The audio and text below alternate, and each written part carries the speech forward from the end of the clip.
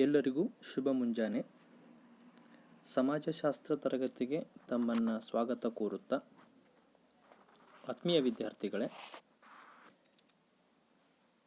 ನಿಮ್ಮ ಮೊದಲನೆಯ ಘಟಕದಲ್ಲಿ ಬರುವಂತಹ ಭಾರತೀಯ ಸಮಾಜದ ತಾತ್ವಿಕ ತಳಹದಿಗಳಲ್ಲಿ ಸಂಸ್ಕಾರಗಳ ಕುರಿತು ಅಧ್ಯಯನ ಮಾಡ್ತಾ ಇದ್ದೀವಿ.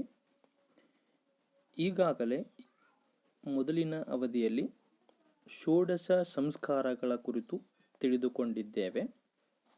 ಇವತ್ತು ಸಂಸ್ಕಾರಗಳ ಮಹತ್ವ ಮತ್ತು ಭಾರತೀಯ ಸಮಾಜದ ಇನ್ನೊಂದು ತಾತ್ವಿಕ ಆಧಾರವಾಗಿರುವಂಥ ಧರ್ಮದ ಕುರಿತು ಚರ್ಚಿಸೋಣ.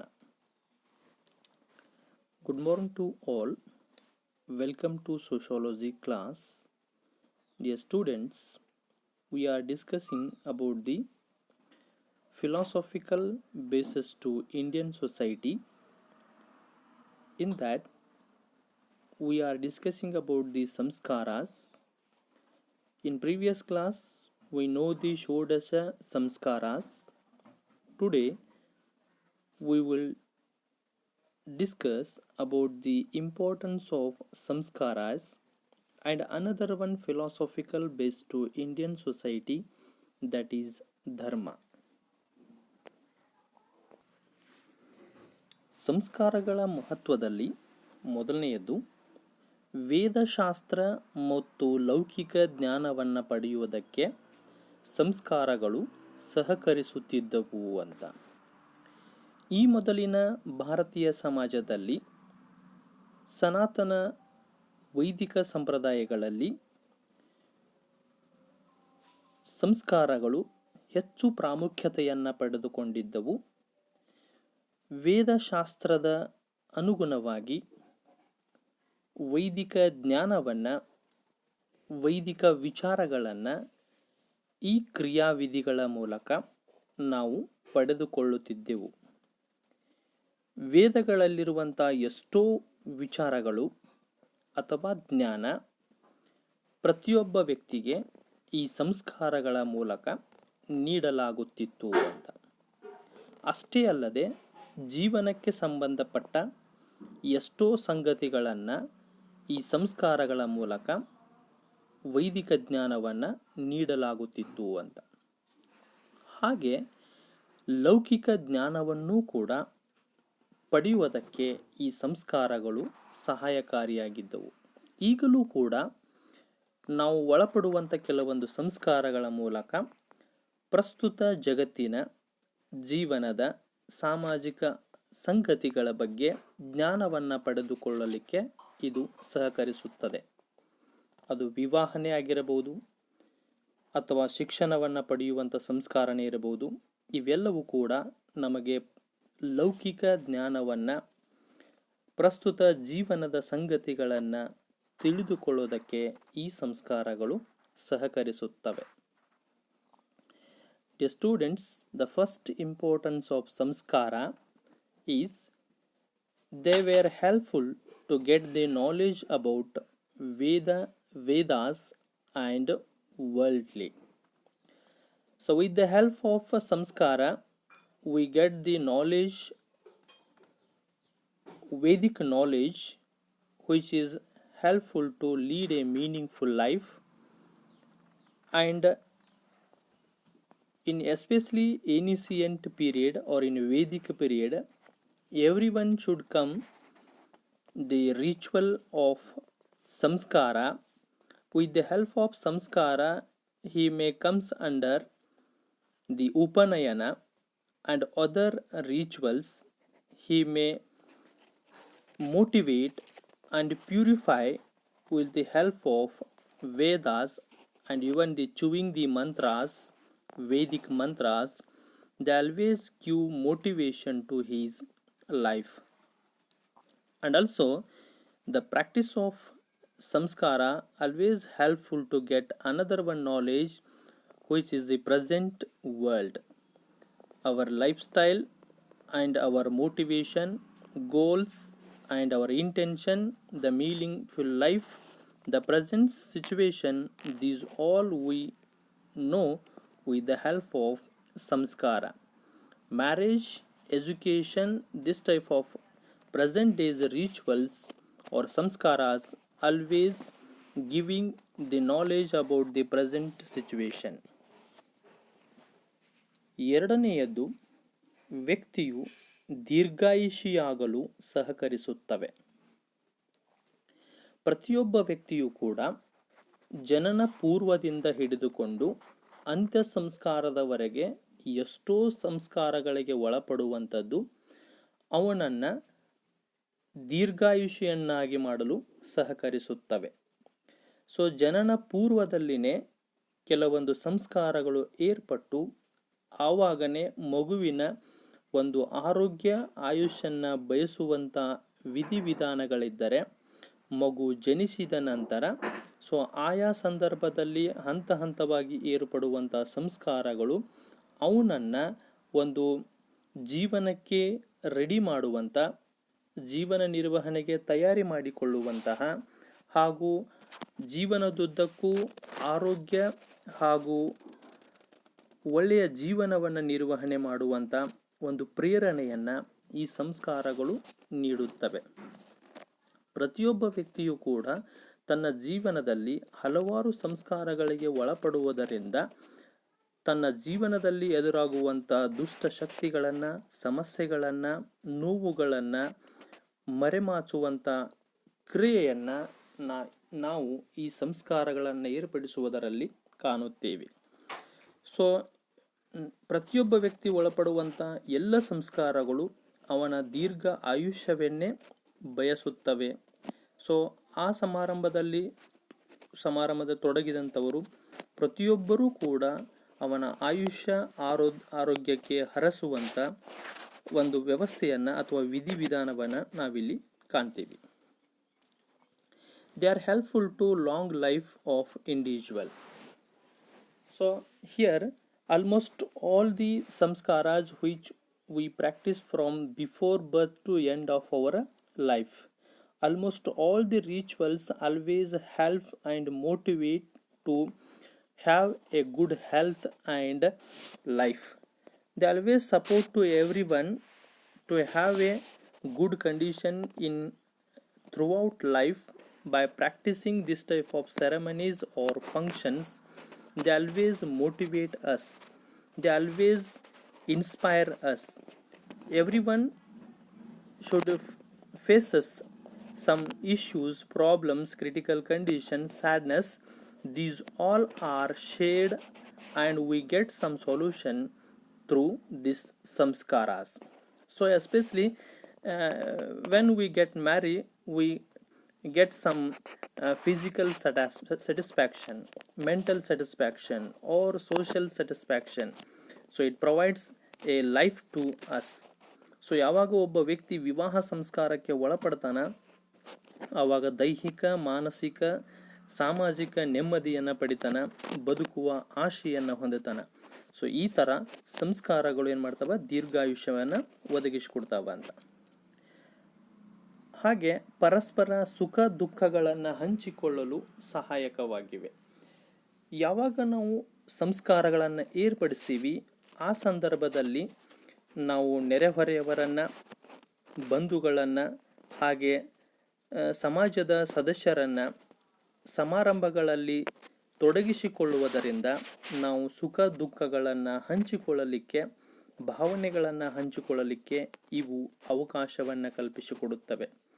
ಹಾಗೆ ಯಾವ ವ್ಯಕ್ತಿ ಸಂಸ್ಕಾರಕ್ಕೆ ಒಳಪಡ್ತಾನ ಅವನಲ್ಲಿರುವಂಥ ನೋವುಗಳು, ಸುಖ ದುಃಖಗಳು ಅವೆಲ್ಲವೂ ಕೂಡ ಪರಿಹರಿಸಲ್ಪಡುತ್ತವೆ ಅನ್ನುವಂಥದ್ದನ್ನು ನಾವು ಕಾಣ್ತೀವಿ.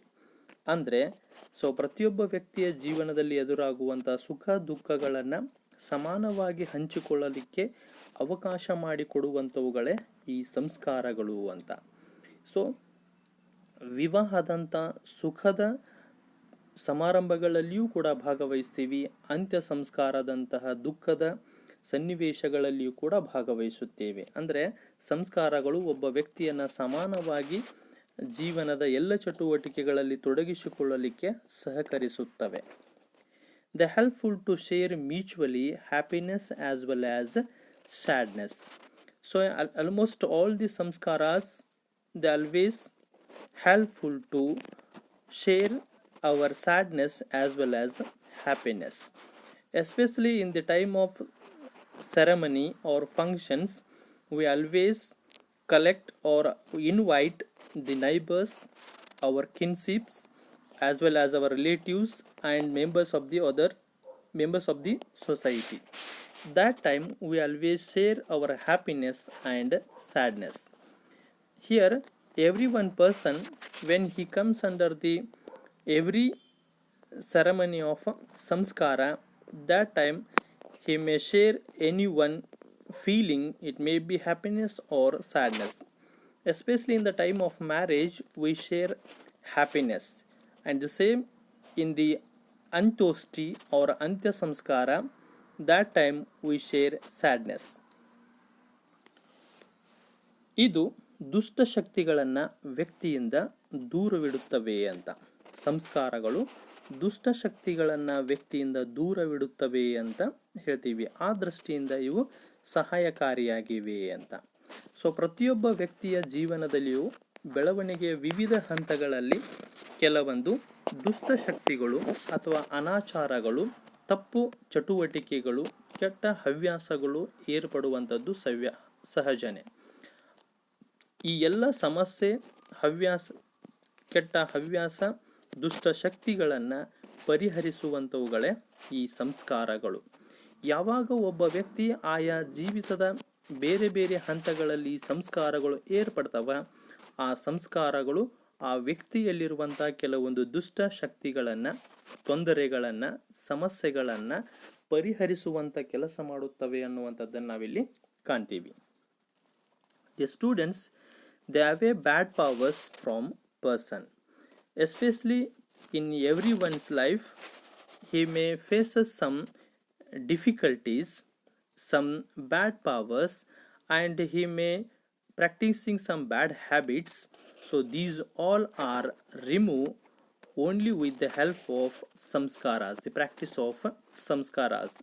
In every step of life, when he comes under the samskara ceremony or function, that time one bad power or bad thing or bad habit removed from his behavior, from his life. So samskaras always helps to person to have a good personality and to become a well person and lead a meaningful life. ಸಂಸ್ಕಾರಗಳು ಯಾವಾಗಲೂ ಒಬ್ಬ ವ್ಯಕ್ತಿಯನ್ನು ಶುದ್ಧೀಕರಿಸುವಂಥ, ಪ್ರಚೋದಿಸುವಂಥ, ಅವನಲ್ಲಿರುವಂಥ ಕೆಟ್ಟ ವಿಚಾರಗಳನ್ನು ತೆಗೆದುಹಾಕಿ ಒಳ್ಳೆಯ ವಿಚಾರಗಳನ್ನು ಬೆಳೆಸುವಂಥ ಕೆಲಸವನ್ನು ಮಾಡುತ್ತವೆ. ಪ್ರತಿಯೊಂದು ಹಂತದಲ್ಲಿ ಒಬ್ಬ ವ್ಯಕ್ತಿ ಸಂಸ್ಕಾರಕ್ಕೆ ಒಳಪಡುವುದರಿಂದ ಅವನು ಪ್ರಚೋದನೆಗೆ ಒಳಪಡ್ತಾನೆ, ಪ್ರೇರಣೆಗೆ ಒಳಪಡ್ತಾನೆ. ಸೊ ಜೀವನವನ್ನು ನಿರ್ವಹಿಸುವಂಥ ಸಾಮರ್ಥ್ಯವನ್ನು ಪಡೆದುಕೊಳ್ತಾನೆ. ಅಷ್ಟೇ ಅಲ್ಲದೆ ಒಂದು ಅರ್ಥಪೂರ್ಣವಾಗಿರುವಂಥ ಜೀವನವನ್ನು ನಿರ್ವಹಿಸುವ, ತನ್ನ ಗುರಿ ಉದ್ದೇಶಗಳನ್ನು ಅರಿತು ಅವುಗಳನ್ನು ಈಡೇರಿಸಿಕೊಳ್ಳುವಂಥ ಸಾಮರ್ಥ್ಯವನ್ನು ಈ ಸಂಸ್ಕಾರಗಳ ಮೂಲಕ ಪಡೆದುಕೊಳ್ಳುತ್ತಾನೆ ಅಂತ. ಇಷ್ಟು ಇವು ಸಂಸ್ಕಾರಗಳು ತಮ್ಮದೇ ಆಗಿರುವಂಥ ಪ್ರಾಮುಖ್ಯತೆಯನ್ನು ಹೊಂದಿದವ. ಆತ್ಮೀಯ ವಿದ್ಯಾರ್ಥಿಗಳೇ, ಇನ್ನೊಂದು ಭಾರತೀಯ ಸಮಾಜದ ತಾತ್ವಿಕ ಆಧಾರಾಂಶಗಳಲ್ಲಿ ಬರುವಂಥದ್ದು ಧರ್ಮ ಅನ್ನುವಂಥದ್ದು. ಸೊ ಧರ್ಮ ಅನ್ನುವಂಥದ್ದನ್ನು ನೋಡಿದರೆ, ಧರ್ಮವು ಹಲವಾರು ನಂಬಿಕೆ, ಪದ್ಧತಿ ಮತ್ತು ನೈತಿಕ ವಿಧಿವಿಧಾನಗಳನ್ನು ಒಳಗೊಂಡಿದೆ. ಸಿಂಪಲ್ ಆಗಿ ಧರ್ಮ ಅಂತಂದರೆ ನಾವು ನಂಬಿಕೆ ಅಂತ ಕರಿತೀವಿ. ನಾವು ಏನನ್ನು ನಂಬುತ್ತೇವೆಯೋ ಅದೇ ಧರ್ಮ ಅಂತ. ನಂಬಿದ್ದ ಹಾಗೆ ಅದಕ್ಕೆ ತಕ್ಕ ಹಾಗೆ ಪದ್ಧತಿ ಆಚರಣೆಗಳನ್ನು ಹೊಂದುತ್ತೇವೆ. ಯಾವುದು ಸರಿ ಯಾವುದು ತಪ್ಪು ಅನ್ನುವಂಥದ್ದನ್ನು ಆಧರಿಸಿರುವಂಥ ವಿಚಾರ ಅದು ನೈತಿಕತೆಯ ವಿಧಿವಿಧಾನಗಳನ್ನು ಅನುಸರಿಸ್ತದ ಅಂತ. ಈ ಥರ ಧರ್ಮ ಯಾವಾಗಲೂ ಬೇರೆ ಬೇರೆ ನಂಬಿಕೆಗಳನ್ನು, ಪದ್ಧತಿ ಆಚರಣೆಗಳನ್ನು, ನೈತಿಕ ವಿಧಿವಿಧಾನಗಳನ್ನು ಒಳಗೊಂಡಿರುತ್ತದೆ. Students, another one philosophical base to Indian society, that is dharma. Dharma or religion includes many beliefs, customs and moral rituals. Simply here dharma means is nothing but it is only beliefs. What the human being had some beliefs on nature, on things, on man, that is the dharma.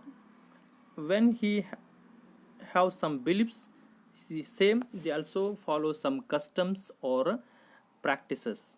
And also especially in dharma, it always involves right and wrong, that is moral rituals, which includes these all, that is ಧರ್ಮ.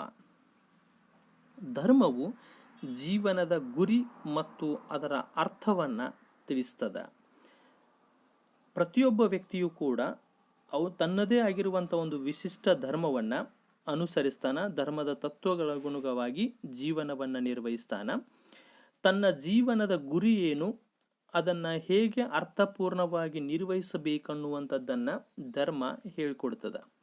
So ಪ್ರತಿಯೊಂದು ಧರ್ಮದಲ್ಲಿ ಸರ್ವೇ ಸಾಮಾನ್ಯವಾಗಿ ಕಂಡುಬರುವಂಥ ಗುರಿ ಏನಂತಂದರೆ ಮೋಕ್ಷವನ್ನು ಪಡೆಯುವುದು, ಅಥವಾ ಪ್ರಸ್ತುತವಾಗಿ ಹೇಳಬೇಕಂದ್ರೆ ಯಶಸ್ಸನ್ನು ಸಾಧಿಸುವುದು.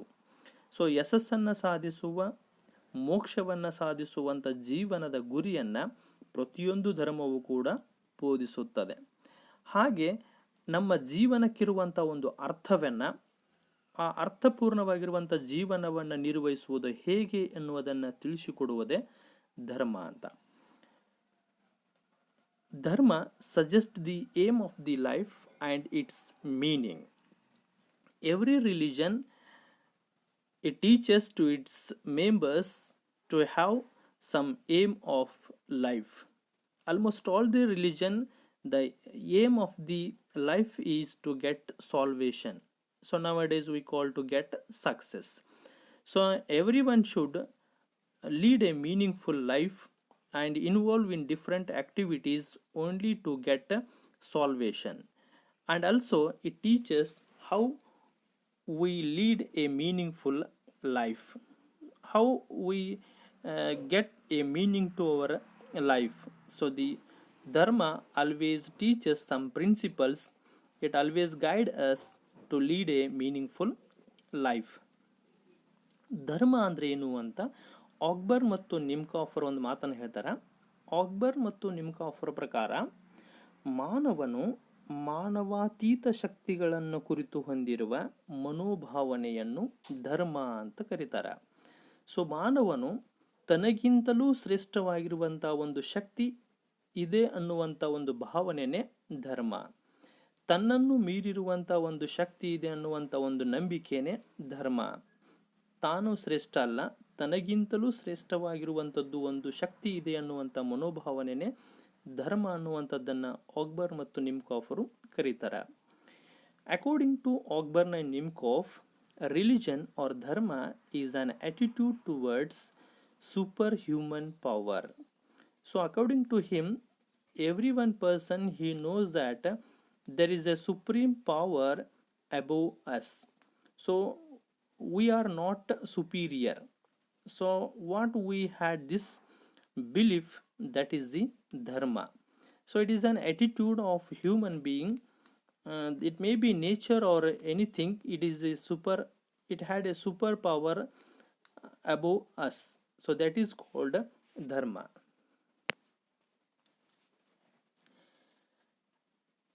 ಹಾಗೆ ಭಾರತೀಯ ಸಮಾಜದ ತಾತ್ವಿಕ ತಳಹದಿಯಾಗಿ ನಾವು ಹಿಂದೂ ಧರ್ಮವನ್ನು ಕಾಣ್ತೀವಿ. ಸೊ ಭಾರತೀಯ ಸಮಾಜದ ಒಂದು ಪ್ರಮುಖ ಆಧಾರ ಸ್ತಂಭನೆ ಈ ಹಿಂದೂ ಧರ್ಮ ಅನ್ನುವಂಥದ್ದು, ಅಥವಾ ಸನಾತನ ಧರ್ಮ ಅಂತ ನಾವು ಕರಿತೀವಿ. ಭಾರತೀಯ ಸಮಾಜದ ತಾತ್ವಿಕ ತಳಹದಿಯಾಗಿ ನಾವು ಹಿಂದೂ ಧರ್ಮವನ್ನು ನೋಡೋದಾದರೆ, ವೇದಗಳು, ಬ್ರಾಹ್ಮಣಕಗಳು, ಅರಣ್ಯಕಗಳು, ಉಪನಿಷತ್ತುಗಳು ಮೊದಲಾದವು ಹಿಂದೂ ಧರ್ಮದ ಮೂಲಾಧಾರಗಳಾಗಿವೆ. ಹಿಂದೂ ಧರ್ಮ ಯಾವಾಗ, ಯಾರಿಂದ, ಹೇಗೆ ಉಗಮವಾಯಿತು ಅಂತ ಒಂದು ಗೊತ್ತಿಲ್ಲದೇ ಇರುವಂಥ ಸಂಗತಿ. ಆದರೆ ಹಿಂದೂ ಧರ್ಮದ ಮುಖ್ಯ ಆಧಾರಗಳು, ಸಾಹಿತ್ಯಿಕವಾಗಿರುವಂಥ ಆಧಾರಗಳೆಂದರೆ ವೇದಗಳು. ವೇದಗಳಲ್ಲಿರುವಂಥ ಎಷ್ಟೋ ವಿಚಾರಗಳು ಹಿಂದೂ ಧರ್ಮವನ್ನು ಪ್ರತಿನಿಧಿಸ್ತಾವ. ಬ್ರಾಹ್ಮಣಕಗಳು, ಅರಣ್ಯಕಗಳು, ಉಪನಿಷತ್ತದಂಥವುಗಳು ಈ ಹಿಂದೂ ಧರ್ಮದ ಪ್ರಮುಖ ಮೂಲಾಧಾರಗಳಾಗಿರುವಂಥದ್ದನ್ನು ನಾವು ಕಾಣ್ತೀವಿ. Dear students, Hinduism as a philosophical base to Indian society. In to Indian society, Hinduism or Hindu Dharma is the main base to everyone's life. There is a close relationship between Indian society and Hinduism. Here, Vedas, Brahmanakas, Aranyakas, Upanishads are the base to Hinduism. No one introduced the Dharma, Hinduism, and when it origin we don't know. But it had some spiritual or scriptural base to its all activities or principles. It may be Vedas, Brahmanakas, Aranyakas and Upanishads. ಹಾಗೆ ಮಹಾಕಾವ್ಯಗಳಾದ ರಾಮಾಯಣ ಮತ್ತು ಮಹಾಭಾರತ ಭಾರತೀಯ ಸಮಾಜದ ಮೇಲೆ ಗಾಢವಾದ ಪ್ರಭಾವ ಬೀರಿವೆ. ಈ ಎರಡೂ ಮಹಾಕಾವ್ಯಗಳಲ್ಲಿರುವಂಥ ತಾತ್ವಿಕ ವಿಚಾರ, ಆದರ್ಶ, ಜೀವನ, ಸಂಘರ್ಷ, ನೈತಿಕತೆ ಎಲ್ಲವೂ ಕೂಡ ಭಾರತೀಯ ಸಮಾಜದ ಮೇಲೆ ಪ್ರಭಾವ ಬೀರಿರುವಂಥದ್ದನ್ನು ನಾವು ಕಾಣ್ತೀವಿ. The two big epics, Ramayana and Mahabharata, have impact on Indian society. What here Ramayana and Mahabharata have some beliefs, rituals, as well as ethics and morality. So these all are always influence the life of everyone in Indian society. ಹಾಗೆ ಆರ್ಯೇತರವಾದ ಹಲವು ನಂಬಿಕೆಗಳು, ಆರಾಧ್ಯ ದೈವ್ಯಗಳು ಮತ್ತು ಮತಾಚರಣೆಗಳು ಹಿಂದೂ ಧರ್ಮದಲ್ಲಿ ಅಳವಡಿಕೆಯಾಗಿವೆ. ಕೇವಲ ಆರ್ಯರ ವಿಚಾರಗಳಷ್ಟೇ ಅಲ್ಲದೆ ಆರ್ಯೇತರವಾದ ಭಾರತದ ಮೂಲ ನಿವಾಸಿಗಳಾದ ಆದಿವಾಸಿಗಳ ನಂಬಿಕೆಗಳೂ ಕೂಡ, ಅವರ ಆರಾಧ್ಯ ದೈವಗಳೂ ಕೂಡ ಮತ್ತು ಮತದ ಅಥವಾ ಧರ್ಮದ ಆಚರಣೆಗಳು ಈ ಧರ್ಮದಲ್ಲಿ ಅಳವಡಿಕೆಯಾಗಿವೆ. ಆ ಎಲ್ಲ ವೈವಿಧ್ಯಮಯವಾಗಿರುವಂಥ ನಂಬಿಕೆ, ಆರಾಧಿಸುವ ದೈವಗಳು ಮತ್ತು ಆಚರಣೆಗಳನ್ನು ನಾವು ಹಿಂದೂ ಧರ್ಮದಲ್ಲಿ ಕಾಣ್ತೀವಿ. Many non Aryan beliefs, devotees and religions are adapted in Hinduism. Not only Aryan beliefs and devotees involved in Hinduism, even inhabitants of the India, non-Aryans beliefs, their devotees, god and goddess, and sub principles of dharma, they are also adopted in Hinduism. So the rituals or the philosophy or the principles of the Hinduism is always divergent. ಇದು ವಿಭಿನ್ನ ತತ್ವಾದರ್ಶಗಳು, ಪಂಥಗಳು ಹಾಗೂ ಮತಗಳ ಬೆಳವಣಿಗೆಯನ್ನು ಸ್ವೀಕರಿಸಿತು ಅಂತ. ಹಿಂದೂ ಧರ್ಮವು ತನ್ನಲ್ಲಿ ವಿಭಿನ್ನವಾಗಿರುವಂಥ ತತ್ವಾದರ್ಶಗಳನ್ನು, ಬೇರೆ ಬೇರೆ ಪಂಥಗಳನ್ನು ಹಾಗೂ ಬೇರೆ ಬೇರೆ ಮತಗಳನ್ನು ತನ್ನ ಬೆಳವಣಿಗೆಯ ಹಂತದಲ್ಲಿ ಸ್ವೀಕರಿಸಿತು ಅಂತ ಕರಿತೀವಿ. ಯಾಕೆ ಅಂತಂದರೆ ಅದರಲ್ಲಿರುವಂಥ ಸಾಮರಸ್ಯತೆಯ ಗುಣ, ಸಹಿಷ್ಣುತೆಯ ಗುಣ, ಸೊ ಬೇರೆ ಧಾರ್ಮಿಕ ವಿಚಾರಗಳನ್ನು ಕೂಡ, ತತ್ವಗಳನ್ನು ಕೂಡ ಅದು ತನ್ನ ಜೊತೆ ಸೇರಿಸಿಕೊಂಡಿತ್ತು ಅನ್ನುವಂಥದ್ದನ್ನು ಇಲ್ಲಿ ಕಾಣ್ತೀವಿ. The Hinduism also received the development of different philosophical ideas, sects and sub religions. So especially in the time of development of Hinduism, it always received the different philosophical ideas which are given by others, and also it has many sects and sub divisions. So not only Hinduism in the Indian society also have some philosophical basis, other religions like Muslim, Christian, Buddha, Sikh, the dharmas also, they also contribute more to become Indian society as a traditional as well as a spiritual and have a unique place in the world.